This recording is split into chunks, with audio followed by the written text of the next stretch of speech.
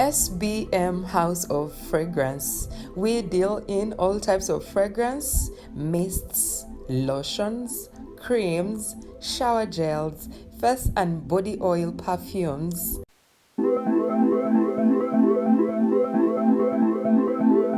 Contact us on 07043 00645 or 078 599 1435. We deliver to your place of convenience.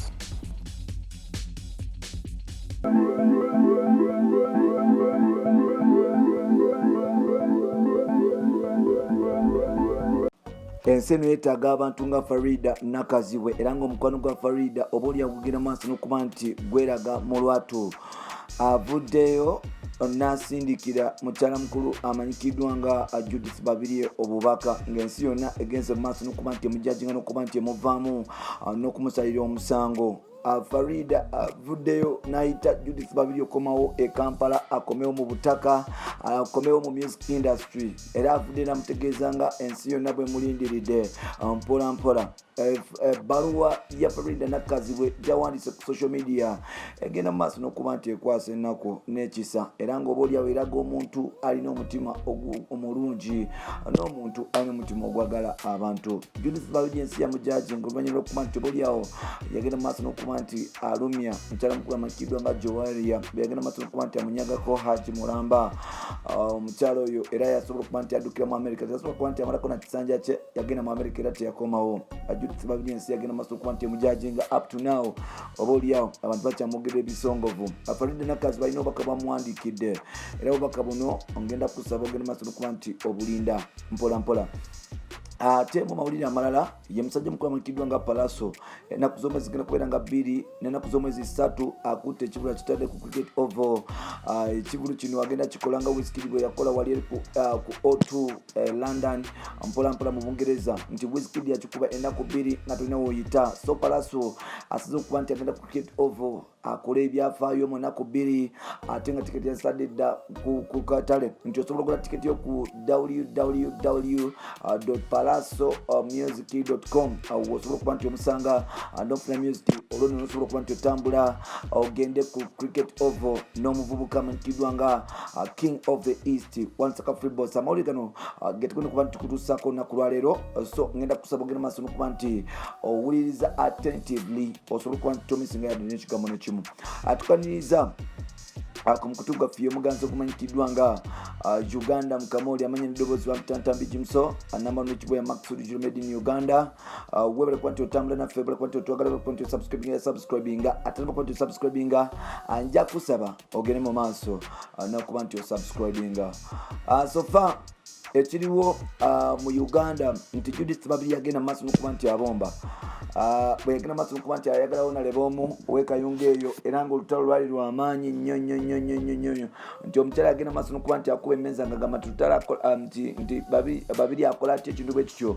Namanya nti ono bba wange musajja wange bulamu bwange nagenda maaso n'okuba nti amudeetinga ate teyakomako nagenda maaso n'okuba nti amutwala. Wano ne wavaawo obuzibu era nga tabo yatandikirawo mpola mpola paka last era nga ebigambo byagenda maaso n'okuba nti bisiŋŋanya mpola mpola. Babirye yagenda maaso n'okuba nti ava mu America era ng'oba oliawo ensi yagenda maaso n'okuba nti emuva mu bangi abamuvuma mpola mpola. Mukyala mukulu amanyikiddwa nga Judith mukyala mukulu amanyikiddwa nga Faridah Nakazibwe avudde n'awandiika omuko gw'ebbaluwa ng'ayita ku nkutu gye egya Facebook oba ne social media endala.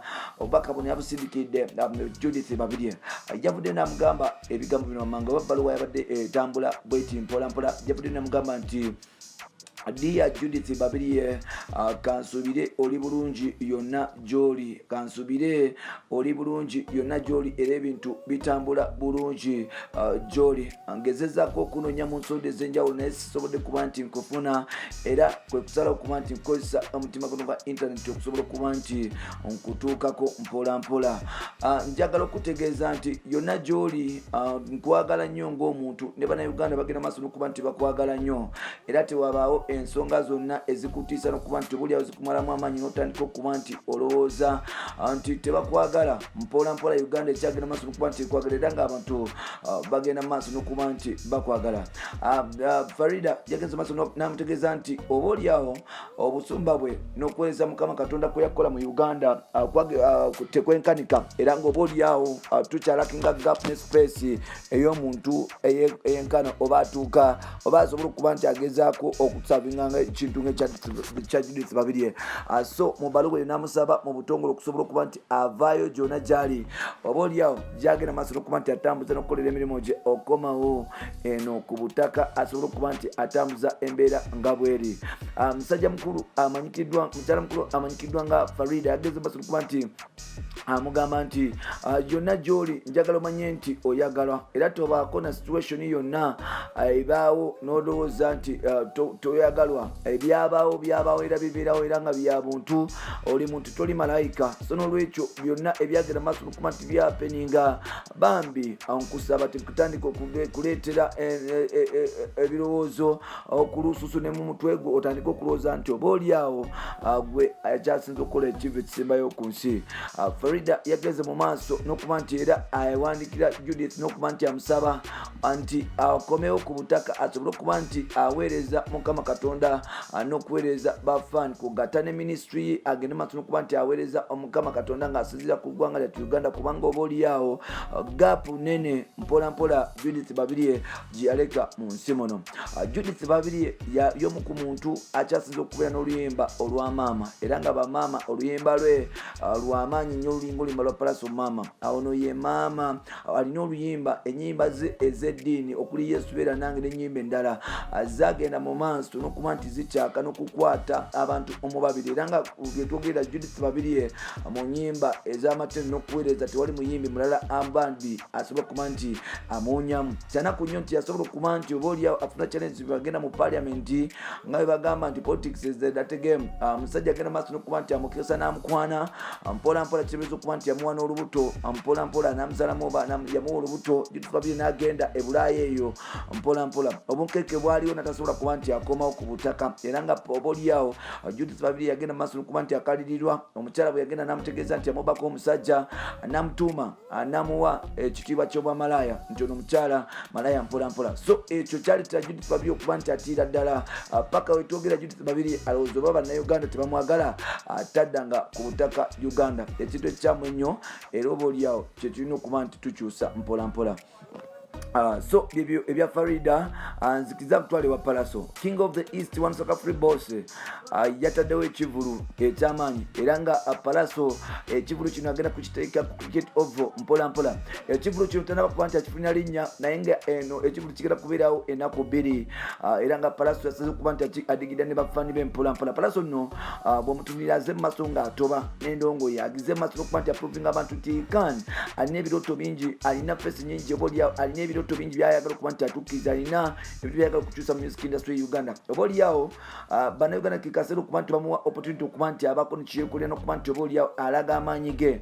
Tosobola kuba nti oboolyawo ositula industry ng'oboolyawo oli b'omu. Twasigaleko nti before ogenda ne mu kivulu ekyo Pallaso yatandikisa okuba nti asayininga abaana mu Team Good Music era nga oboolyawo talent ebyagenda maaso okuba nti azikyusa. It is like ekintu kyaleese bana kyagezaako okukola naye nga ate Abanigeria bagenda maaso okuba nti bakikola nti you can't be on top.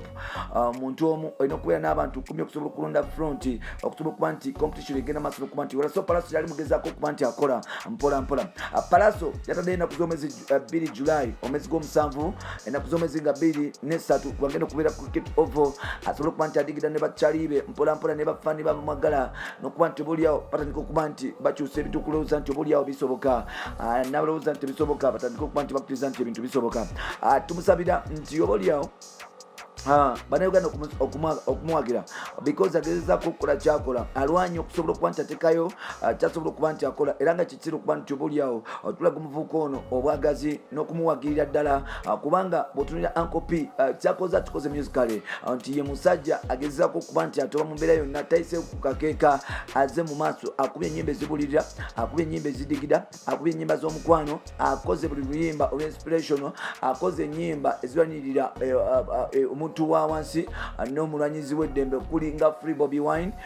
Yes, obakwatira Bobby Wine ate oluyimba olwa freedom lwagira maaso okuba nti buli aluyita busono lwekyo omuntu yimbi ono ali versatile nti alwanira omuntu wa bulijjo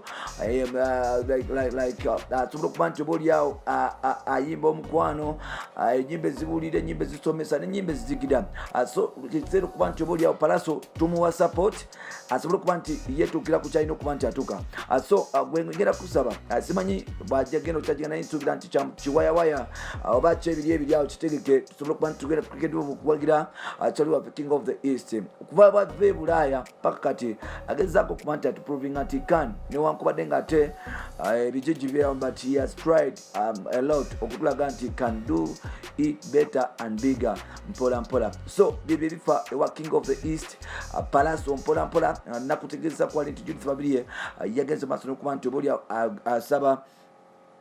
asabibwa okuba nti akomawo ku butaka Faridah nga yamusaba ebbaluwa yabadde yabyafaayo gyolina okuba nti wesomerako mpola mpola. Bye bye for now.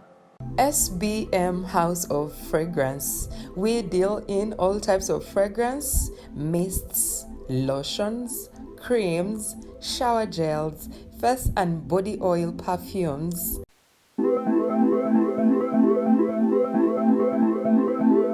Contact us on 07043 00645 or 078 599 1435. We deliver to your place of convenience.